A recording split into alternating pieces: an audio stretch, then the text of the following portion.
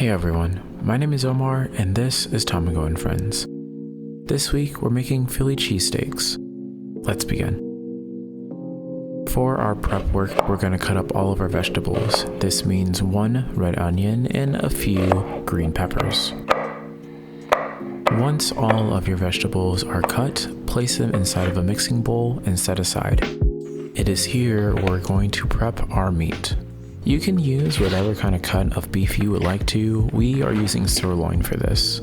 Sirloin is high in fat content and we need that to render down to add more flavor to our Philly cheesesteaks later on. I recommend putting your meat inside of the freezer for about 30 minutes before you begin to slice them. It makes it easier and you can get thinner slices this way. Remove your slightly frozen meat from the refrigerator and on your cutting board, cut into very thin strips.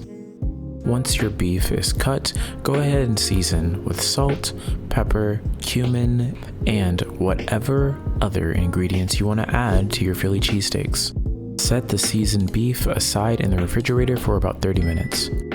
Now let's move over to our stove. In your cast iron or skillet, add a little amount of oil and let that heat up. Once the oil is viscous, add your veggies. We're going to cook these down until they are a good soft texture with a little bit of crunch, so slight caramelization but crunchy veggies. Once our vegetables are cooked to perfection, we're going to remove them and set them aside. Next, we're going to add our beef. Now, depending on the amount of fat content that is in your beef, you may not need to add any additional oil to our pan.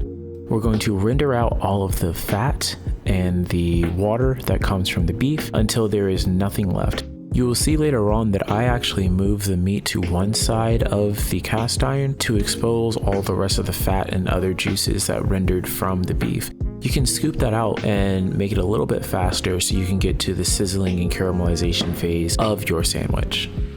Cook your beef until your desired temperature and caramelization. At the very end, you can add your cheeses or you can let your cheese rest on top and melt naturally. For our purposes, we went with American cheese, but I definitely recommend trying Gruyere or Swiss and mozzarella. Just add as many cheeses as you want. It's a Philly cheesesteak. And there you go, that's a Philly cheesesteak. Now, I definitely rushed it and did not let my cheese melt all the way, so that was my fault, but it tasted oh so good. I recommend adding a little bit more meat than I did too, because it is only going to be better the more meat that you add in there. With that being said, thank you all for watching. If you enjoyed this video, give it a like and comment down below. Tell us what you want to see us make next. And don't forget to hit the subscribe button. Any subscriber that we get right now is definitely going to help us to our goal, so we appreciate it if you share it with your friends and subscribe along. With that being said, my name is Omar, this is Tamago and Friends. Thank you all for watching and have a great day. Bye.